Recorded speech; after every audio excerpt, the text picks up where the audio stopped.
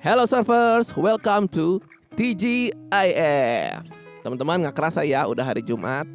Dan saat ini waktunya kita merenungkan sejenak firman Tuhan.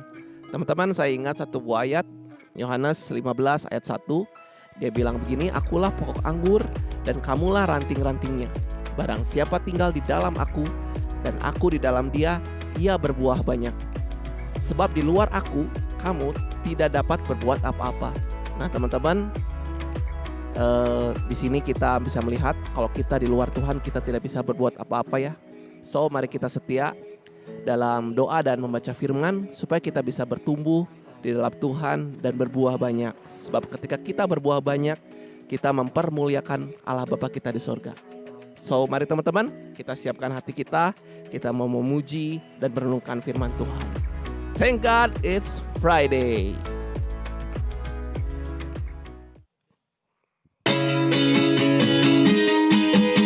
Mari teman-teman sama-sama kita puji Tuhan kita karena Dia adalah Allah yang setia, amin.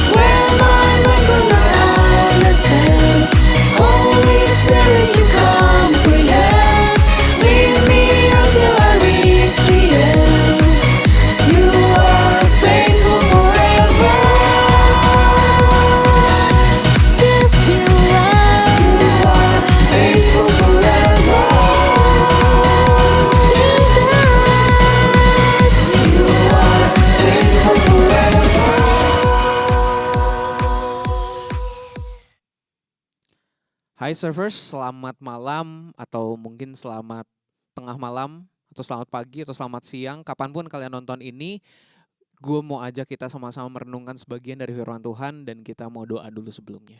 Yuk. Tuhan, Engkau yang melampaui ruang dan waktu. Kapanpun teman-teman dengerin ini, situasinya lagi kayak gimana pun, saya percaya kalau Tuhan bisa ngomong. Makanya kami mau doa Tuhan biar hati kami cukup lembut untuk bisa dengar apa yang Tuhan mau sampaikan. Gitu aja Tuhan. Thank you. Dalam nama Tuhan Yesus kami berdoa. Amin. Nah, hari ini kita akan ngerenungin sesuatu yang gue kasih judul, bukan gue yang kasih judul sih, tapi ada teman-teman lain yang memberikan judul itu kepada saya. Judulnya adalah Whom Shall I Fear? Dan itu diambil dari Mazmur pasal yang ke-27. Nah, Mazmur yang ke-27 ini kita mau baca ayat yang pertama aja. Ayat yang pertama. Oke? Yuk. Dari Daud. Tuhan adalah terangku dan keselamatanku. Kepada siapakah aku harus takut? Tuhan adalah benteng hidupku. Kepada siapakah aku harus gemetar? Nah, kitab Mazmur ini sebenarnya adalah kitab yang diberikan kepada bangsa Israel. Dan ini dipakai buat jadi doa dan buat jadi puji-pujian di zaman itu. Dan ini tuh ceritanya tuh kayak WL-nya yang ngomong, kepada siapakah aku harus takut? Terus rakyatnya ngomong kayak, tidak ada, kayak gitu-gitu. Nah, tapi Mazmur ini tuh adalah Mazmur yang cukup aneh. Karena kalau misalnya kalian baca dari ayat 1 sampai ayat 6, itu tuh ngomongin kayak, Tuhan adalah bentengku. Aku yakin sama Tuhan, aku rindu melihat bait Tuhan segala macam kayak gitu. Tapi kalau misalnya kalian baca dari ayat 7 sampai ayat 14, itu tuh ngomong kayak, Tuhan, janganlah memalingkan mukamu dari aku, jangan tinggalkan aku gak bisa gitu-gitu.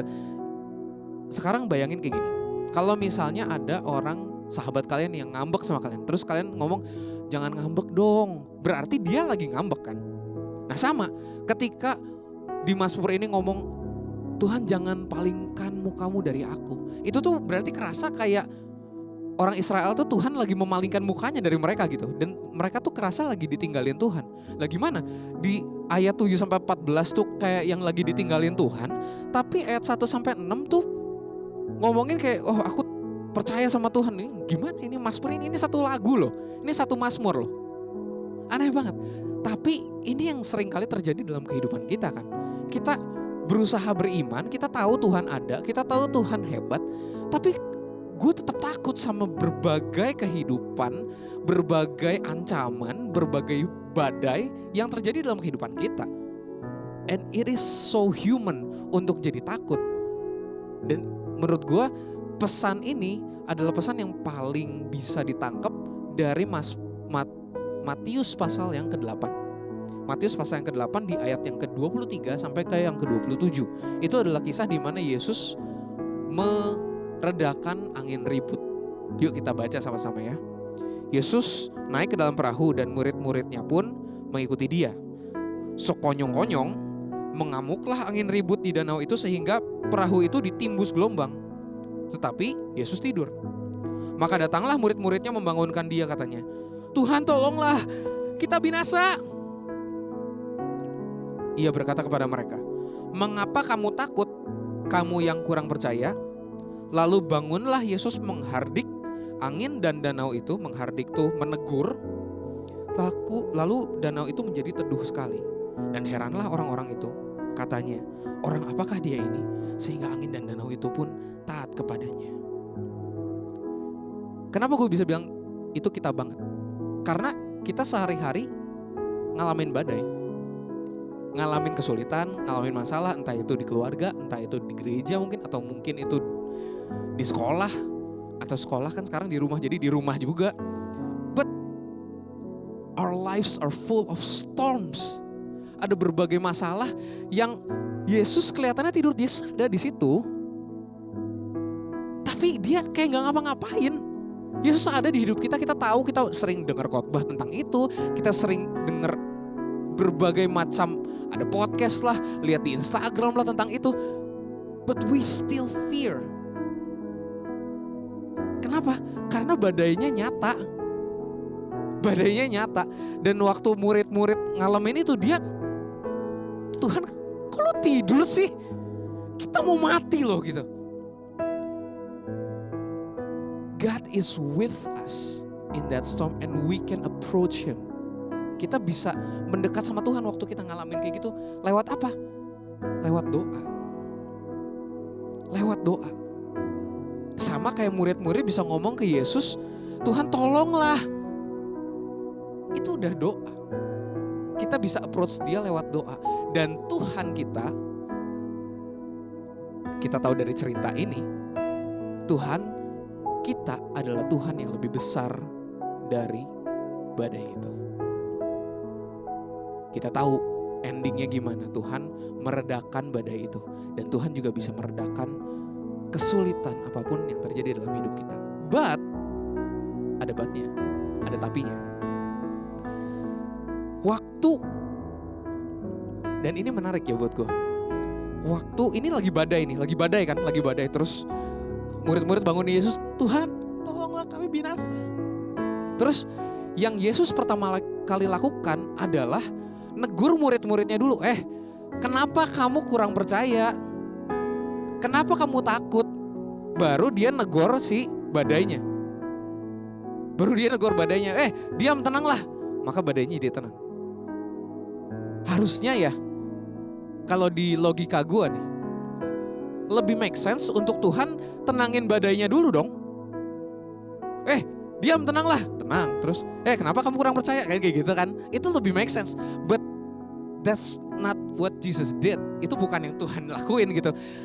Yesus negur murid-muridnya dulu. Ini lagi badai, angin, air, ludah kali, air mata. Itu berseliweran, tapi Yesus sempet-sempetnya negur murid-muridnya dulu. Kenapa? Because for God, calming us comes before calming the storm. Untuk menenangkan kita, untuk ngajarin kita, untuk memberikan pengetahuan kebenaran tentang siapa Dia ke kita, itu jauh lebih penting daripada badai yang lagi terjadi. Dan itulah kenapa seringkali kita kecewa sama Tuhan. Kenapa? Tuhan tuh lagi mau ngajarin sesuatu seringkali lewat permasalahan yang kita hadapi. Kalian tahu gak? Gue tuh untuk research ini, gue tuh nyari di YouTube. Kalian boleh cari ya. Nyari di YouTube, di search search boxnya untuk anak SMP. Untuk anak SMP. Dan yang keluar, yang banyak adalah pamer gadget, skincare untuk anak SD dan SMP, skincare. Terus waktu gue baca komennya tuh kayak ada, namaku ini, aku kelas 6, skincareku pagi pakai ini, siang pakai ini, malam pakai ini. Sebagai seorang pria ya yang tidak mengerti, dan sampai sekarang saya hanya cuci muka dengan air, saya tidak bisa bicara apa-apa. Tapi ini tuh sebenarnya ngomongin sesuatu yang seringkali, apa sih yang jadi badai sih buat kita gitu. Yang jadi badai buat kita tuh ketika kita jerawatan, ketika kita secara penampilan gak oke, itu udah badai buat kita. Ketika kita handphonenya jelek, itu badai buat kita. Ketika kita kelihatan buruk di depan orang lain, itu badai buat kita. Ketika nilai sekolah jelek, itu badai buat kita. Dan itu sebenarnya nunjukin yang penting buat kita tuh apa yang mungkin yang penting buat kita adalah gimana kita dilihat. Mungkin yang penting buat kita adalah gimana kita punya handphone yang oke atau punya nilai yang oke. But that's never it. Kadang-kadang Tuhan tuh mau nunjukin, enggak loh, yang lebih penting itu gua. Yang penting gua ada di perahu lu. Yang penting gua ada di perahu lu. Dan Tuhan seringkali calming us untuk kasih tahu gue tuh ada bareng sama lu loh. Lebih dibandingkan dia calming the storm. Dan yang ketiga, Tuhan tuh ada dalam proses kita. Coba bayangin, selesai Tuhan menghardik itu, terus yang terjadi apa? Mereka kaget. Hah? Kok gitu? Kenapa? Berarti mereka gak punya ekspektasi kalau Tuhan tuh bisa meredakan angin ribut. Mereka tuh gak mikir kalau Tuhan bisa meredakan angin ribut. Waktu badai itu terjadi dan mereka bangunin Yesus, mereka bukan minta Yesus meredakin angin ribut, enggak. Berarti mereka tuh minta tolong, Tuhan tolong dong, ini airnya keluarin dari perahu. Tuhan tolong dong, ini layarnya bantuin turunin. Mereka gak berpikir Tuhan tuh bisa meredakan angin ribut, gak sampai sana. Makanya yang pertama kali Tuhan tanya bukan apa yang kamu takutkan? Atau dasar lu ya, masa lu masih gak percaya? Enggak, Tuhan tuh nanya, kenapa kamu takut? Kenapa kamu takut, wahai kamu yang kurang percaya? Kan gitu kan? Kenapa kamu takut? Kenapanya tuh jauh lebih penting. Why we fear is bigger than what we fear. Buat Tuhan, why we fear is bigger than what we fear. Itu lebih penting buat Tuhan. Kenapa? Karena seringkali mungkin hal-hal yang buat Tuhan itu kecil, tapi buat kita udah menakutkan. Kenapa? Karena kita gak percaya. Makanya Tuhan nanya, why do you fear? Dan sekarang lewat permasalahan yang mungkin kalian hadapi, kalian boleh pikirin sendiri, why do I fear? Kenapa gue takut? Apa hal penting buat gue yang gue takut kehilangan? Apa hal penting buat gue yang gue gak boleh lepasin? Apakah itu juga hal yang Tuhan pentingkan? Why do you fear? Tuhan ada bersama dalam badai kalian. Tuhan ada bersama dalam ketakutan kalian.